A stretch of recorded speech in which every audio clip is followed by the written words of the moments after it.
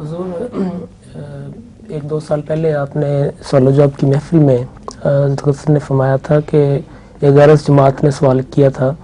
کہ جماعت احمدیہ کس فقہ کی پیروی کرتی ہے، تو حضرت اقدس نے فرمایا تھا کہ عمومی طور پر ہم فقہ حنفی کی پیروی کرتے ہیں، لیکن میرے خیال میں بعض امور میں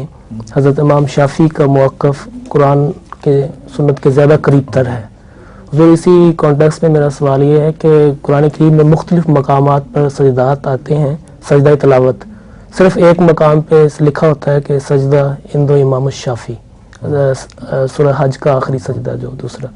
تو فقہ حنفی والے اس کو نہیں مانتے۔ تو نہ مانے آپ جو ہماری تفسیر صغیر ہے جی اس میں دیکھیں گے دونوں جگہ سجدہ لکھا ہوا ہے، جی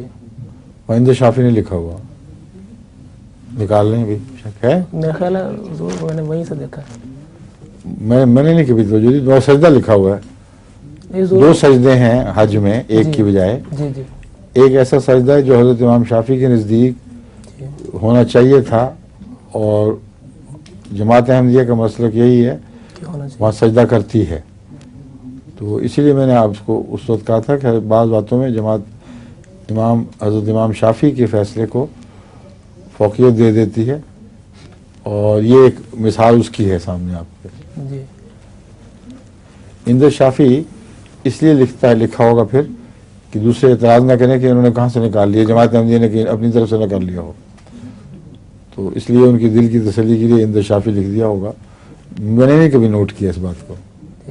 ٹھیک ہے۔ سر حضور سورہ سعد میں جو سجدہ ہے، جی حضرت امام شافعی کہتے ہیں کہ یہ سجدہ وہ ان کے نزدیک درست نہیں، لیکن جو فقہ حنفی والے ہیں وہ کہتے ہیں کہ ہم مانتے ہیں، ہم مانتے ہیں۔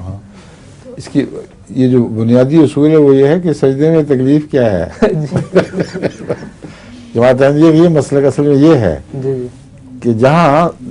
ایک بزرگ امام سمجھتا ہے کہ سجدہ ہے، دوسرا مانے نہ مانے، سجدہ کرنے میں نقصان کیا تمہارا، کر دو تو اچھا ہوگا، صحیح۔ سمجھے؟ ظہور